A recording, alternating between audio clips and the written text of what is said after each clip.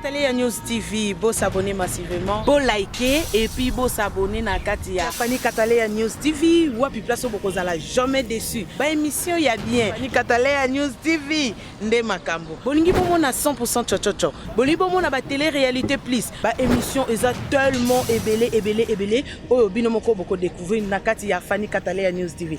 Place au wapi boko kuta, ba théâtre, bagag. Un grand merci na ba nyonso bolinga kanga. Babi Fani Kataleya fia chochocho ndembo kananga. Bo s'abonner et puis partager. Beaucoup d'informations nyonso politique, musique. Bo s'abonner massivement na Katia Fani Kataleya News TV. Information OESA basée na Katia République démocratique du Congo et surtout na Katia monde entier. Fani Kataleya fia chochocho ezaka ndembo kananga.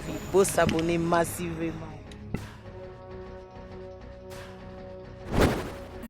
Salimbo tina bandi konoso bandi Fani Kataleya fia chochocho za tujumbo kana nganga pena lela bino tellement makasi. Merci beaucoup na ba abonné nanga na confiance au bino bopesanga na amour au bopesanga et pesa meli mutu nyonso te. Merci beaucoup. Merci beaucoup à toi Glodinga Ndunga ya ba Glodi. Là je vais directement na ngambo États-Unis ma maman chérie que j'aime beaucoup. Hein maman chérie maman na ngamoko na bandi konoso bandi ngai. Merci beaucoup à maman Bouger tu Congo, ma papa Willing Congo, maman Jackie qui l'a vraiment sans nous dans l'équipe, papa na Anto Strait, ma mère Strait. Tant Nathalie na ngamba France na moni Oscar Ngindu moté ma souzini kese na Orléans na pesi bino wa mbote belé na pesi na yemoko balobi papa Saint donc babi Saint à la mabo donc papa Saint 3 fois plus que Saint. Donc 3 fois plus que ça. Merci beaucoup. Merci beaucoup na José Malolo ya ba José mon vieux mais la fin na ngwende non. Et merci aussi na yemoko balobi papa oxygène moko ya kati ya ANTPC balobi ba konti tout ya ANTPC topesi bino ba mbote belé balongoni ya na bino. Ce bon monde bon na penda ki na otoka. Parce que si na otoka bo c'est que ma bezali. Ma beza pourquoi? Parce que papa alinko yokate. Hein? Papa c'est respecté s'il vous plaît. Papa c'est respecté zala na bandi na yo.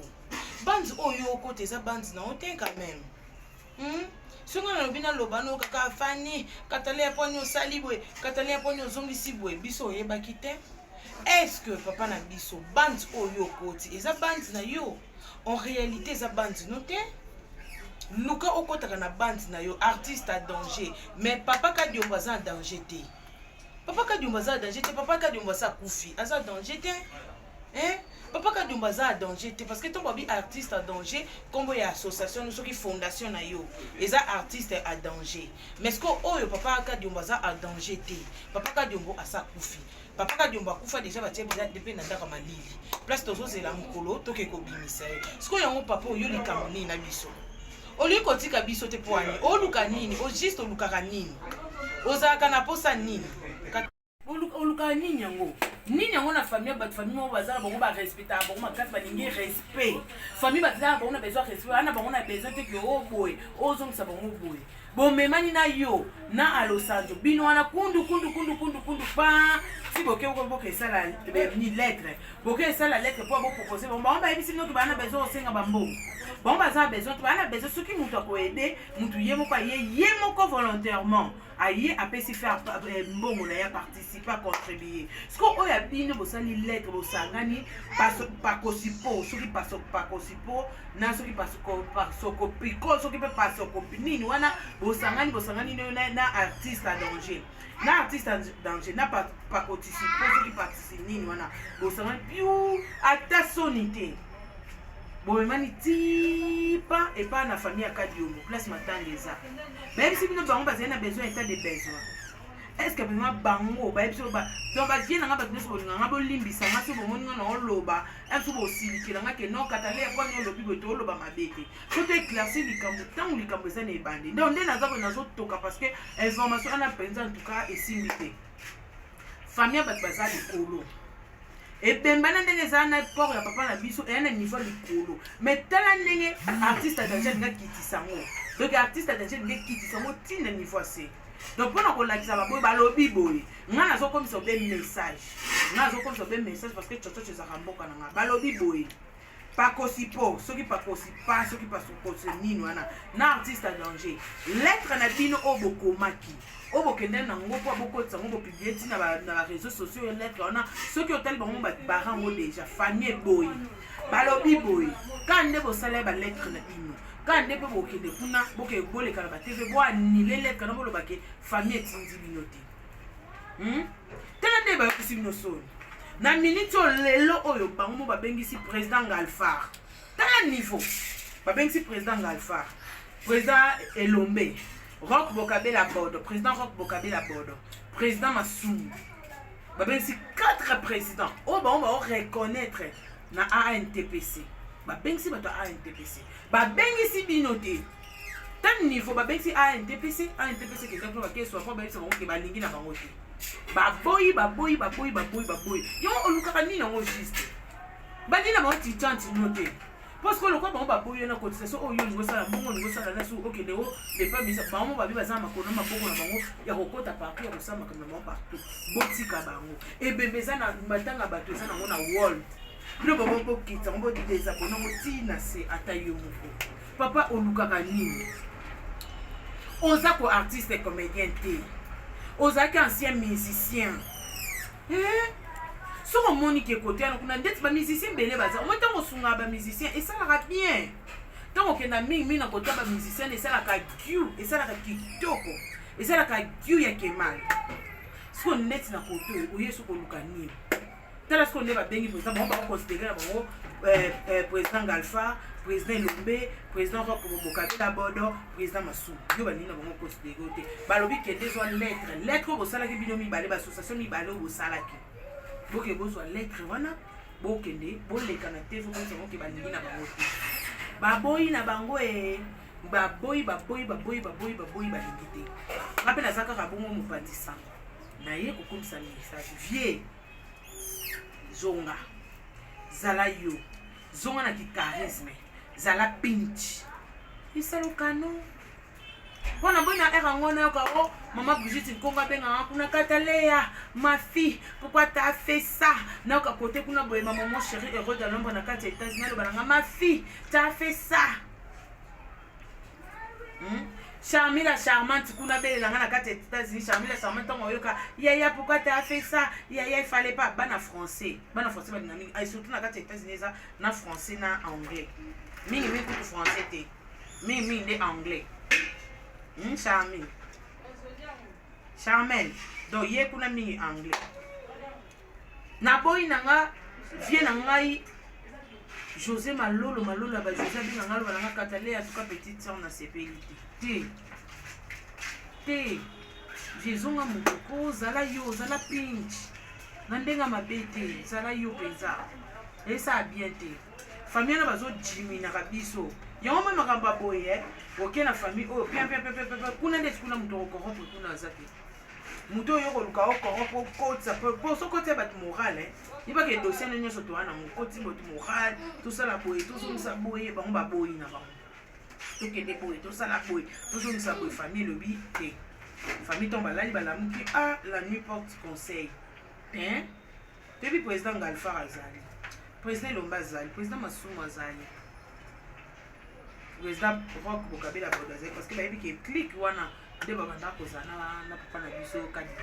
siko ndeti Kadiombo boyake babanda sola na Kadiombo nayebi te babi baboyi poevane lodingana na ngai na lodingana avant nazonga nakoloba botana ni image oyo omona ndenge famille lelo ebendisaki baprésident 4 oyo natangi elongo na secrétaire général nde babengisa ye bango kuna secrétaire général na biso papa na biso oxygène na babaku secrétaire général te ye otala likolo te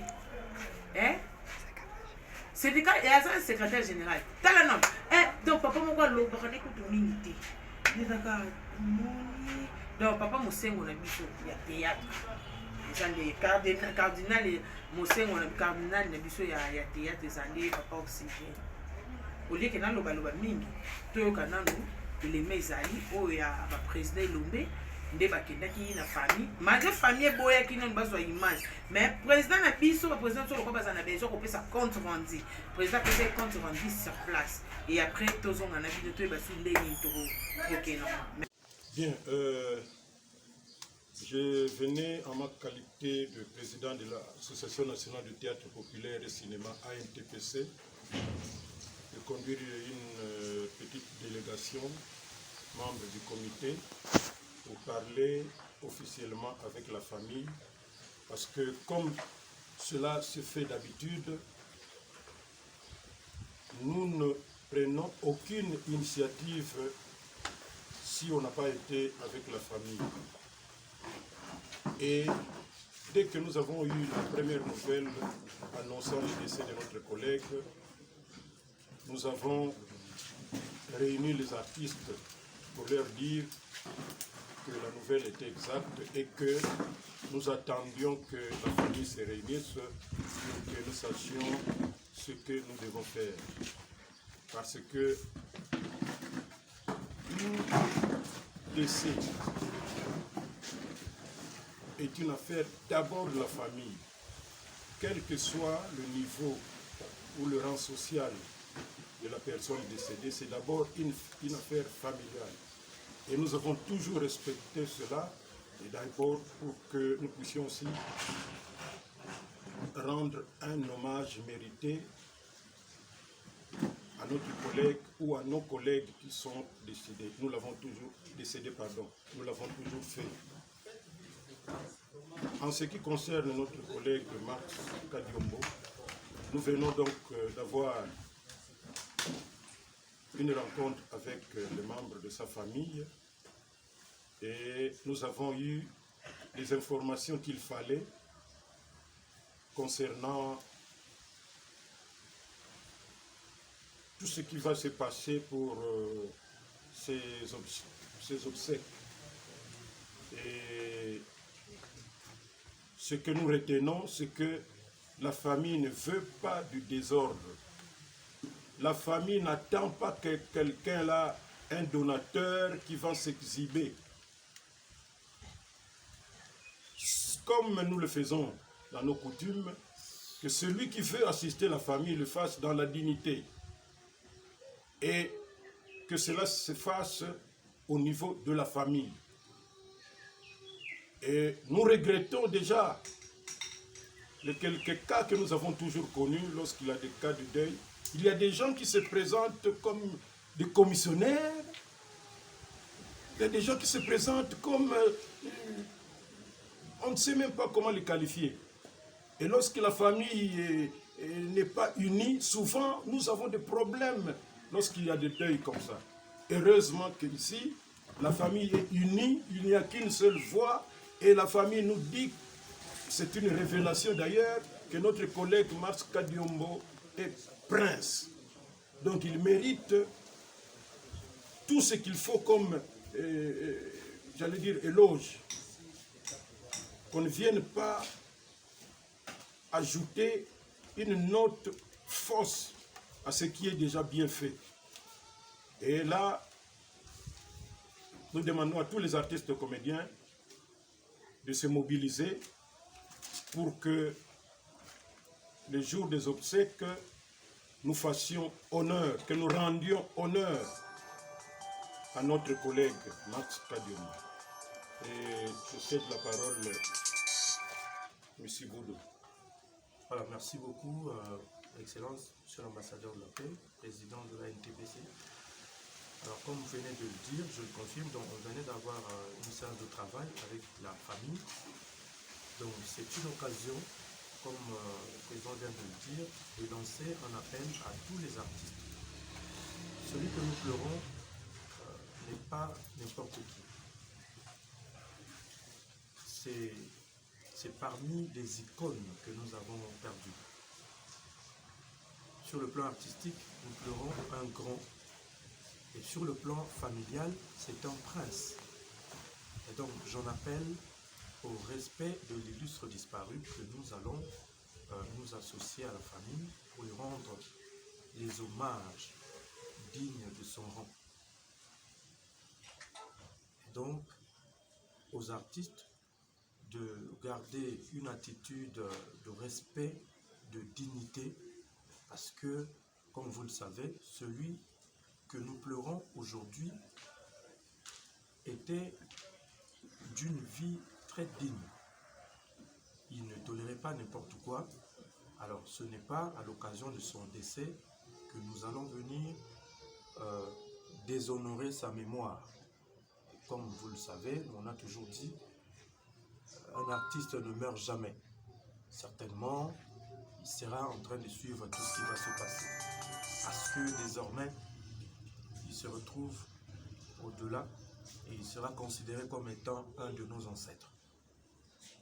Voilà donc le message que nous pouvons passer et nous allons nous retrouver en réunion pour prendre les dispositions concrètes pour bien honorer notre vieux, notre ami, notre collègue, le regretté Mars Kadium. Merci. Et pour terminer, nazozonga na lingala mutu moko te bomona azoya kuna na kombo artiste aya kosenga mbongo pona matanga ya Mars Kadium. Ce sera un escroc. Tokosala ndenge tosalaka biso tosimbaka mbongo ya matanga te. Batu nyonso baza na besoin de renseignement bakotrouver biso toko tinda bango esika matanga ezali. Donc biso toza wana pona kozwa mbongo ya matanga te. Soki bomoni mutu moko azoya wanga na sala ka bona sana lingomba na ngamo soki nini yango soki nini wana. Donc lobi te que bokanga bango mais bobenga na bango parce que l'ordre ici pona awa famille aza soudé famille balingi dignité ya ndeko na biso akufi baza na besoin ya bato te bakene ko diminuer ka valeur ya mutu atiki biso. Donc tozo kebisa na bato nyonso tout oyo basala ba aventure na bango. Et puis boya na bino awa te esika matanga ezali boya ko tenter chance parce que si la famille est unie bango nyonso baza ndenge moko et matanga eza ya niveau likolo alboya ko kitisa ngana ba niveau te ya ba couple ya ba mike mike. Nakanisi on s'est bien compris. Merci beaucoup. Et date le 7 août. Le 7 août ndeto kokende kotika ndeko na biso esika akopema. Biso nyonso kosala mobilisation pour que na ordre pe discipline ndenge tosalaka makambo nyonso eleka malamu. Encore une fois, merci beaucoup. Oxygène, Tomoni Binawa, bureau Mobimba, il y a ANTPC, qui est représenté par Rio, président Massoumou et puis président Rock Bodo. On a évité Bossolo Lini na famille. Donc c'est un peu ça, le président Massoumou a sali quand même. Hein?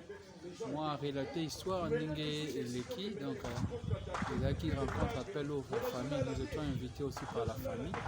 Il y a une association de Toya qui quand même peut parler concernant l'obsèque qu'il y a un déconnaissance. Ce que d'abord nous avons aimé, c'est la famille Awawa, ils marqué d'abord sur dignité. La famille est manipulable. Tu vois, en tout cas, l'eau va salir en tout cas, c'est féliciter d'abord la famille. C'est une famille digne. Voilà. Donc, on va écouter un peu dans la situation où ils sont dignes. Parce que biso na hymne na biso tobaka solidarité, la dignité et l'honneur. On tient la dignité et l'honneur parce que le vieux Max Erazaki, c'est une personne qui dignité naïe. Même si la confusion de on ne peut pas permettre cela. On a gardé dignité naïe. D'abord, c'est un peu ça. Moi, au moins, j'ai eu la chance de travailler avec lui. Dans le projet Ebélé, même dans la série, dans la Kota Kou, dans Clan Kadium, parce qu'il m'avait pris à côté de bien que j'avais mon groupe. Donc, lorsqu'il y a un peu groupe à Salamaka Moussousou, qui a sollicité comme président du groupe Naïle Grand. Vu l'occupation de la charge du groupe merci na choix d'abord, mais vous avez moi pas si pour l'emploi de c'était une personne pour la partager, vraiment. Donc ça c'est notre maison, on venait ici chaque fois. Il y a dans ces maisons ici, donc c'est un peu ça qu'il faut donner. Vraiment nous tenons à féliciter la famille il y a président Mars Kadio. CG, Oui. et c'est le processus pour découvrir Awa. Tu travailles même yo, tu travailles dans Mingi, mais business de découvrir le président Massouma Zoukamwa, qui est président Mars Kadio, à la prince. Oui, et ça, même le président Doni Gaolo Makamuna Mingiti. Le président qui beaucoup pour discrétion, ça n'a été. Donc, les lobes ont annoncé parce qu'il y a des chefs coutumiers à Zadiawa. Il y a un l'absence que président Max Zazara Prince. Vraiment. Donc, il y a ton autre travail na Prince. Voilà. Donc, là, on vraiment marqué sur moi. Et puis, une fois de plus, félicitations à la famille. C'est une famille vraiment manipulable. La famille m'a dit que tu as 5 000, 10 000 bases, non, tenir la dignité, il y a des gens qui c'est fini. Nengiso antepesi tolingaka ndenge famille pe tosololi kitoko masolo kitoko bando bazelaka programme baza déjà mobiliser ceux qui va confirmer programme oyo doit rendre hommage digne mérité na président na biso na ndeko na biso Mars Kadio. Donc message à makasi moi toza dérangé le long na tongo en venant j'ai eu l'appel de bandeko mo baza na Canada Fatou Binda na mobali na yebo Fatou Binda na mobali na yebo Botri il m'appelle là qu'est-ce qui se passe toujours on va communiquer ba papier mo ba zo senga ba mais c'est quoi ça ce n'est pas là NTPC biso to fonctionnera pas moté là NTPC ne fonctionne pas la politique à maintenant comme ça c'est quoi ça c'est de la mendicité c'est pas la NTPC biso c'est la dignité biso to yebi ah wa tout le monde qui maman, le chef de l'État, voilà. La secrétaire générale de la partie présidentielle. Est-ce que Babenga Ibangoke, en tout cas, Boya Kosumasu? Non! Nous t'as fait un peu, dans ce cas de Koufi, quand je dois faire la maman, chef de l'État.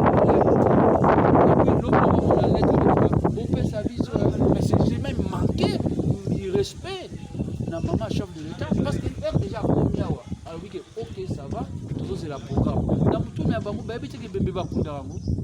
il y a lorsque le secrétaire général de la partie présidentielle, c'est-à-dire le chef d'État que Marc c'est mort. Hormis nous savons la lutte, il y a président Kadiombo. Donc il mérite respect. Il ne mérite pas que Pesanga. Non, il y a un Pesanga. Même lorsqu'il était vivant, il n'était pas Pesanga. Non. Donc vive la dignité. Voilà, c'est un peu ça. J'ai une question encore. La famille est le président Massoumouke Ayebi Sabato, Basala qui lettre Wana. Les réseaux sociaux vont retirer les lettres.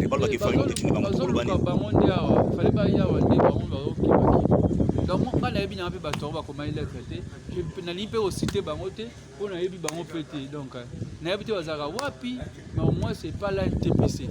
Donc, la NTPC a raté, et puis, les malais c'est sur les réseaux sociaux. C'est sur les réseaux sociaux. Même c'est quoi? Famille, la dignité, mais c'est quoi ça? Au commun Mukanda, ça c'est encore une fois de plus, nous demandons aux artistes de garder une pensée pieuse dans la mémoire de l'évolution et du président Mars Kadio. Voilà.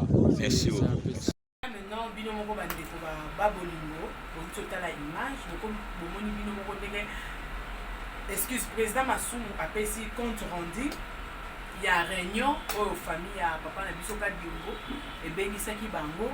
Na ba propos na bango nyonso o bango balobaki bino moko boyoki songa na bina loba boloba chacho lobaki chacho zunise donc ça juste maloba ya ba kolo matanga ndeto lobaka famille ya liboso eza famille biologique ya Mouwei deuxième famille na ye eza famille artistique nde ba biso ye donc ezaki oyo ebadaka sa bango pasi ba préféraki teke eza la liboso ya caméra on a koloba yango ba préféré ki ba solola yango et après ne ba pesa compte rendu ne mo boyo famille ba respecter famille na baza respecter ma casse balingi respect balingi valeur na honneur ya ndeko na bango et non mutu mo boye ba ya ba sela bango o ezani pour ko salir réputation ya famille na bango donc wana en tout cas balingi yango s'il vous plaît tobeta na mabaku te tokepe gauche droite na compte na parti moko te na komisaka boye na komisaka boye te parce que na kati ya fondation na kati ya baartiste et comédien toza na baassociation ba lisungi FBL lisungi ezali nini association to eza ya afar les femmes artistes ezali L'association Bomoko Ezali, donc l'association est tellement ébélée pour les artistes. S'il vous plaît, famille Balobi, balingite. Tant famille Balobi, balingite, tout est mis comme on dit. Les amours en bango, les autres en bango, les abangos, balingi, basali réputation à famille na bango te au papa Yoki, papa Boyoki. Boke kuna kocha des autres kocha kezaki wana mususu. O apesa mususu. Donc il y a un kundu.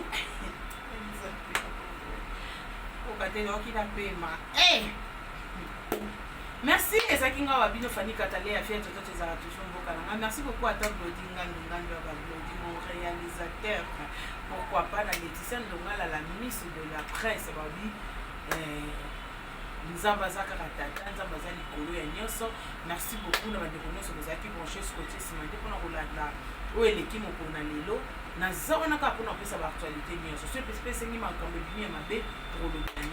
beaucoup et je vous dis bisous. Bye.